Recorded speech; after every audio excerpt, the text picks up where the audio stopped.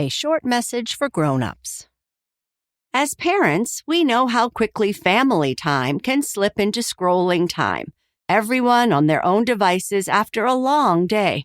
Wouldn't it be great to share something active and fun instead? Meet Next Playground, an active game system powered by your body.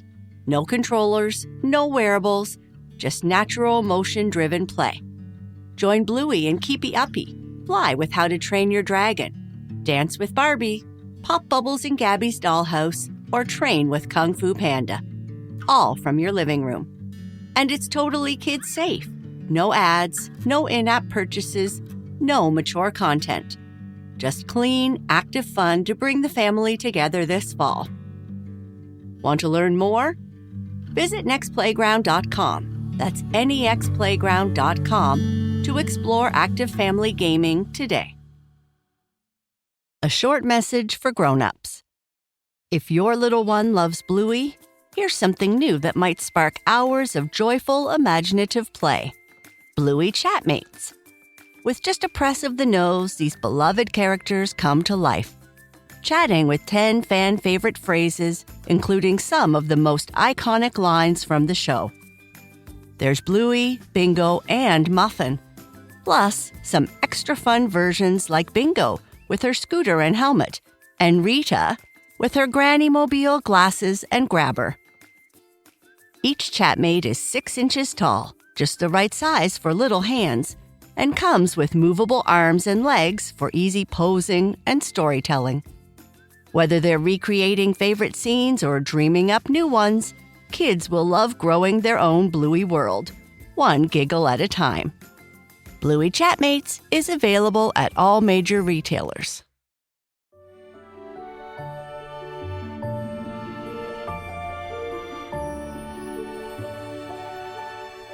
Hello, friends, and welcome to Sleep Tight Stories. Each week, we share a few shout-outs and birthday wishes for listeners who help support the show. It's a small way we say thank you, and it always makes us smile. Hello to Carter from Southern Australia. Happy belated birthday, Elle Marie. You light up our world with your big ideas and bigger heart. We're so proud of you and love you to the moon. Mama, Papa, and Lou. Happy belated 10th birthday to our amazing Eloise. We love you so much. Love Mom, Dad, your brothers, and your sweet poochies, Margot. Happy 9th birthday to the most awesome kid around, Bennett Shady Morgan, in Kingston, Ontario. May your day be as cool and amazing as you are. Love Mom, Dad, and Ginny. A happy belated 6th birthday to our amazing Emerson. We love your big heart, your passion for horses, and your feisty spirit on the soccer field. Love Mom, Dad, Lady, Uncle Josh, Grammy, G-Pa, and G-Ma. Happy 9th birthday to Olivia in North Carolina. Love and hugs from Mom, Dad, and Joss the dog. Happy birthday to our dear Cocoa Bean. We are all so proud of the hardworking, smart, and caring young lady you have become. Mommy, Daddy, and Juju love you to the moon and back. Happy birthday, sweet girl. Happy birthday, Mila. We can't believe how big you are. A kindergartner at school with the big kids. We all love you so much. Ema, Daddy, Ari, and Leora. Happy 11th birthday to our amazing son, Axel. We are so proud of you and love you very much. Mom and Dad. Happy 6th birthday to our wonderful daughter, Grace, from Dublin, Ireland, on October 5th. We are so incredibly proud of the brave, kind, amazing person you are growing into. We love you more than words can say. Lots of love from Mommy and Daddy. Happy birthday, Noah Bedoa. You're 7. We love your crazy, loving, stubborn, and happy personality and wish you the best birthday ever. You will always be our joke. Love Mama, Papa, Mateo, and Lolo. Happy 9th birthday to Omari from Vancouver, British Columbia on October 13th. Mommy and Daddy love you so much and are so proud of the person you are becoming. Happy birthday to Rowan from Vancouver, British Columbia, who is turning 9. You are such a special person, and we are so proud of you. Also, Taylor sends her love. Love from Mama, Dad, and River. Happy 8th birthday to Felix on October 16th.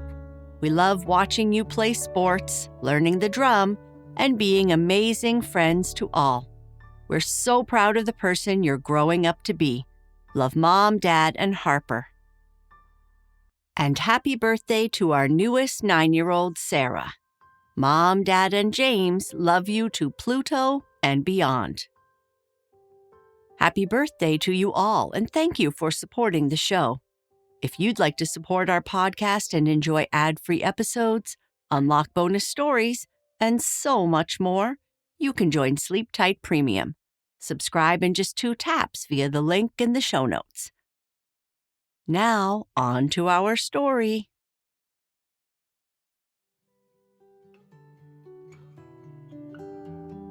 Bernice and Ethan smell something amazing as they reach Bernice's house. She invites Ethan in, but he needs to go to his grandmother's, so Bernice tells him she'll bring some treats over. When she gets to the kitchen, she tells Papa all about her day and what she might need his help with. Bernice has an essay to write. "Do you smell that?" Ethan asked as they reached Bernice's house. "It smells like fall, or pumpkins, or maybe even my grandmother's cookbooks." Bernice sniffed the air and grinned. "It smells like something yummy delicious.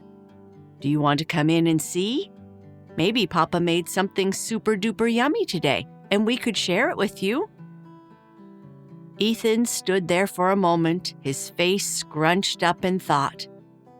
"Is that steam coming out of your ears?" Bernice teased, laughing. "I know. You have to go to your grandmother's house." "Yeah," Ethan chuckled. "I was thinking hard there. I'd love to come in for a treat, but I think my grandmother really enjoys when I spend the afternoons with her. She says it's the highlight of her day, reading or doing homework together." "Okay," Bernice said with a shrug. "Maybe I can bring some over and you can both share. Would that be all right?" "That would be super great," Ethan said, as he started walking down the sidewalk toward his grandmother's house. "See you soon," Bernice called, opening the front door and quickly shutting it behind her before a swirl of autumn leaves could follow her in. One time, she forgot. A whole gust had blown a pile right into the hallway. Papa and she almost had to get a rake to clean them all up. "Hi, Papa. Hi, Cookie. I'm home," Bernice called as she brushed the cold air off her arms. "I think there's going to be a lineup outside soon because whatever you're making smells very, very yummy. Like 5 holiday treats baked into one." "I'm in the kitchen, little bear, putting the finishing touches on some treats. I hope you like them," Papa Bear called back in his super deep voice. "I'm 110% sure I will," Bernice replied, plopping down to take off her sneakers. She knew Cookie, her bestest friend, would be around the corner any second. It didn't take long as Cookie, her cat, came prancing right towards her, meowing as she plopped between Bernice's legs with a loud meow and a steady purr. "How was your day, Cookie? Did you miss me?" "I missed you, especially during English class. Ugh, which is now my hardest subject by far. You know I am good at all the sciences, math and stuff. Oh, and hockey, swimming, running, and I might be a great painter, but I need more paint. But English? Definitely easier than French, which is still super confusing. I mean, why do I need to say le this and la that? Like the cookie is a boy one day and a girl the next? Makes no sense. Cookie purred louder as if agreeing. So English was okay until today, just reading books and stuff, which I already do. I mean, not as much as Ethan, he's really good, but still a lot. But now we have to write an essay about what we're thankful for, and we can only pick 3 things. 3! How do I do that, Cookie?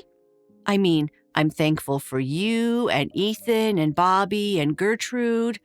I don't want to leave anyone out. How am I supposed to make that decision? Treats are on the table, little bear, Papa Bear boomed from the kitchen. So is the milk. They smell so good, I might start eating them all myself. I'm coming, Papa, save some for me. Bernice gave Cookie one last pet. That's it for now. You'll come up later and help me with my homework, right?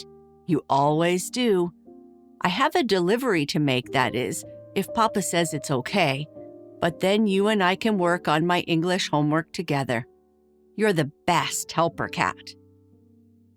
She tucked her sneakers neatly in the tray, hung up her jacket, and ran into the kitchen where the delicious smell grew stronger.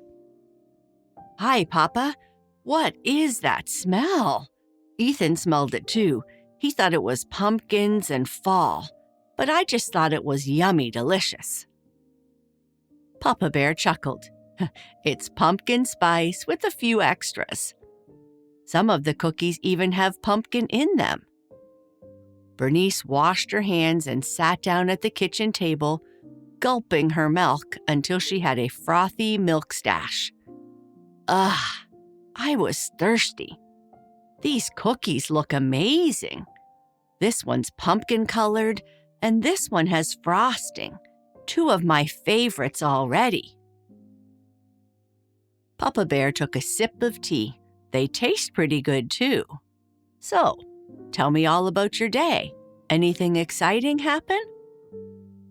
Oh, before I forget, can I take some cookies to Ethan's house?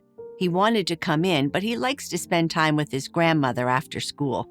I thought they could share some together. Of course, Papa Bear said. When we're done, I'll pack a tin for you to run over. Okay, cool. Ethan loves your cookies almost as much as I do, Bernice said, brushing crumbs from her fingers. So school was the same as usual. You know, learn lots of stuff. But today I have homework for English class, and I think I need your help.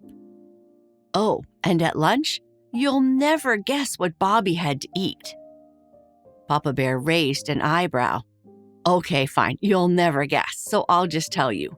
Bernice continued, words tumbling out. He had a veggie wrap, a rice wrap, I think. I don't know what they're called, but it had carrots in it, and he ate it. And he didn't even make a face or a joke. We all just stared at him for a second, waiting for something. Gertrude even started sliding away from him, because you know how he always says carrots cause stinks. But nope, he just ate it. Maybe he actually likes carrots now. Papa Bear chuckled. Sometimes the way food is prepared makes it taste different. Or maybe Bobby is just trying new things. Carrots are pretty yummy. Yeah, but not as yummy as your cookies.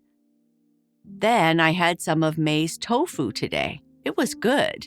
And Gertrude brought butter chicken because her mom is trying new recipes.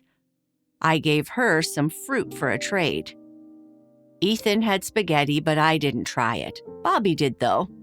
And my new friend Layla brought something called a minutia wrap. She says it's like pizza, but with herbs. I thought it was really yummy, so I shared part of my sandwich with her. That sounds great, little bear. But what about English? What do you need help with? Bernice's cheeks puffed as she chewed quickly, careful not to lose even a crumb of cookie.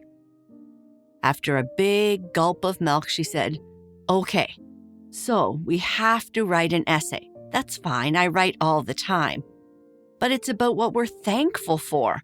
And here's the problem. We can only write about 3 things. Just 3. How am I supposed to choose?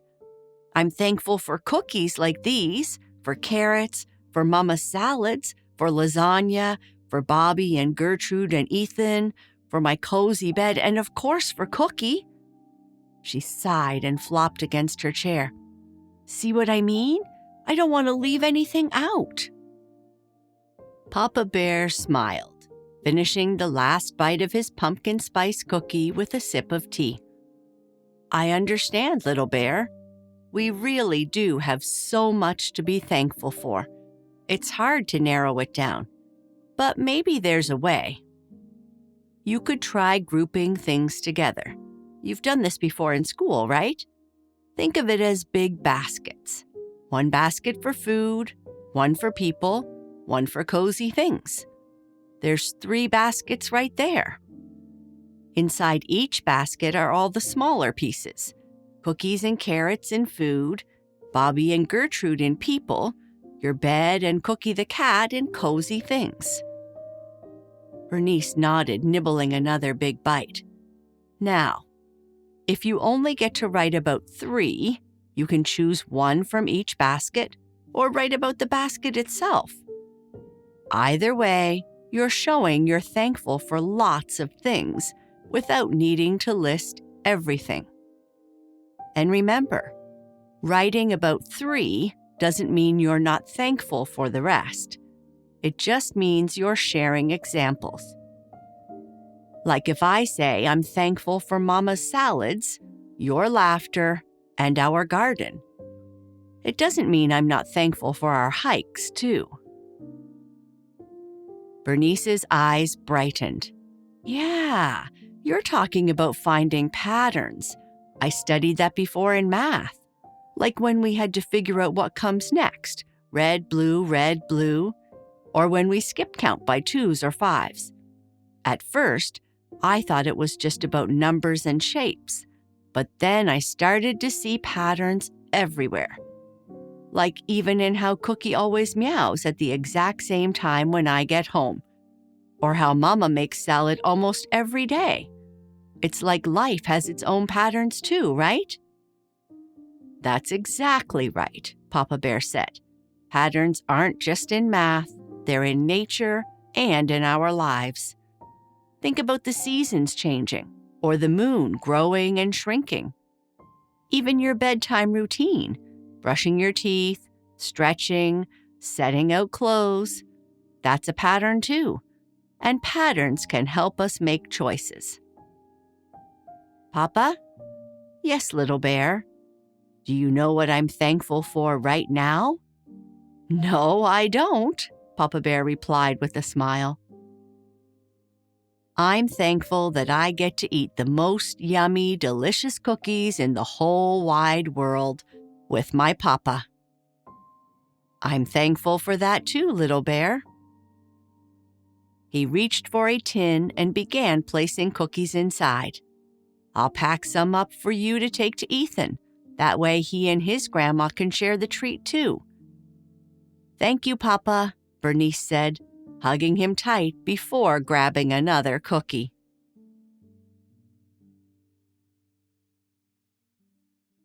After taking the cookies over to Ethan and his grandma, who invited her to come for dinner sometime, Bernice came home and wrote her essay on what she was thankful for in record time. Then, after enjoying a big, yummy, delicious dinner and reading with Mama Bear, she headed upstairs to begin her bedtime routine. She decided on a shower instead of a bubble bath, so she'd have more time for a story. Finally, she jumped into bed, arranged Twiggle, Wolfie, and Madeline just right, pulled the blanket up to her chin, and called out, "It's that time, Papa." "And what time is that, little bear?" Papa Bear called back from the kitchen. It's time for a short story. Right on cue, Cookie padded into the room and curled up at the foot of her bed. "Here I come," boomed Papa Bear as he walked up the stairs, making the house rumble like a small earthquake. When he reached the top, he peeked in and asked, "Did someone ask for a story?" "Someone did," Bernice said with a yawn, "but it can be a short one tonight because I'm super tired again." "All right," Papa Bear said with a chuckle.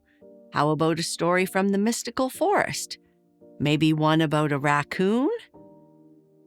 "In the magical kingdom," Bernice whispered, her eyes already half closed, "anything is possible." Papa Bear chuckled and pulled a chair closer to her bed.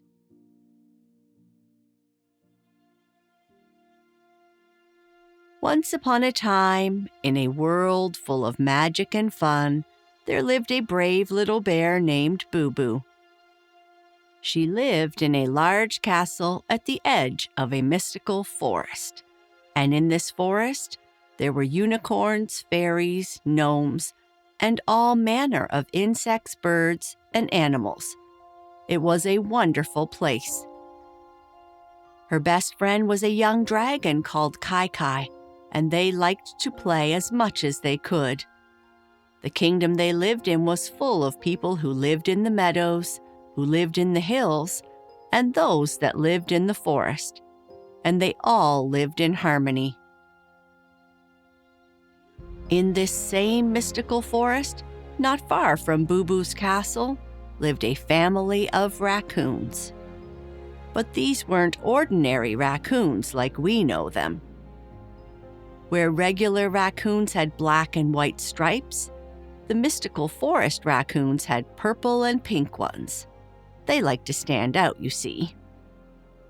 And the brightest purple raccoon of them all was a young fellow named Remy. On this day, Remy was a little bit upset. "But Mama, it's not fair," Remy said, his purple fur puffing up as he crossed his striped arms. "Lulu has 3 bikes, and Pip's family has that huge treehouse with the swirly slide, and Chester just got a whole room just for his toys." Mama Raccoon looked up from the acorn bread she was kneading. Her pink striped tail swished thoughtfully. "And what do you have, my little storm cloud?" "Nothing," Remy huffed, flopping dramatically onto the kitchen floor. "Well, okay, I have some stuff, but not as much." "Nothing?" Mama raised an eyebrow. "Really?" Remy peeked up at her. "Well, I mean, I have my tree climbing rope, and my collection of shiny rocks, and that book about dragons that Papa reads to me every night." "Uh-huh," Mama smiled, sprinkling flour onto the counter. "What else?" "I have, my lucky acorn cap, and the blanket Grandmama made me, the one with all the colors." Remy sat up a little. "And I guess I have Chester and Pip and Lulu. They're pretty fun even if they do have more bikes than I do." Mama nodded. "And?" Remy thought harder. "I have breakfast every morning, and you make those honey cakes I like, and Papa taught me how to do backflips off the low branches without getting dizzy." "Anything else?" Mama asked, her voice gentle now. "I have you and Papa," Remy said quietly, "and our tree, and the forest, and—" He stopped, his ears perking up. "Mama, I think I have a lot of stuff." "I think so too, little one." Mama wiped her flour-covered paws on her apron. "And you know what's even better than having lots of things?" "What?" "Sharing what you do have with others who might not have as much." Remy tilted his head. "Like what?" "Well," Mama thought for a moment, Chester might have a toy room, but does he know how to climb trees like you do? Maybe you could teach him. And Lulu has 3 bikes, but I bet she'd love to see your shiny rock collection. Nobody else has purple quartz like yours." Remy's tail started to swish, just like Mama's. "And Pip's family has that big tree house, but we always have the best snacks here. Maybe they'd like to come over and try your honey cakes." "Exactly," Mama smiled. "Being thankful isn't just about counting what you have. It's about noticing all the good stuff, even the small things, and then finding ways to share it." Remy jumped up and hugged Mama's leg. "Can we make extra honey cakes for Pip's family?" "I think that's a wonderful idea," Mama said, ruffling his purple fur. "Now, want to help me with the bread? Your paws are much better at shaping the rolls than mine." Remy grinned. "Really?" "Really. You've got the best paws in the whole mystical forest." And as Remy helped shape the acorn bread, his tail swishing happily behind him, he started humming one of Papa's silly songs. Mama joined in, and pretty soon they were both laughing as flour puffed into the air and stuck to Remy's purple nose. "Mama," Remy said, looking up at her, "can I invite everyone over for dinner? Not just Pip's family, all my friends?" "I think we can manage that," Mama said with a warm smile. "We'll need a lot more honey cakes, though." "I'll help," Remy said, already reaching for another bowl. "And maybe I can show Lulu my shiny rocks after dinner?" "I'm sure she'd love that." And with the gentle sound of Bernice's snorts, Papa Bear turned down her light, gave her a kiss on the forehead, and said, "I love you, little bear." And that is the end of our story. Good night. Sleep tight.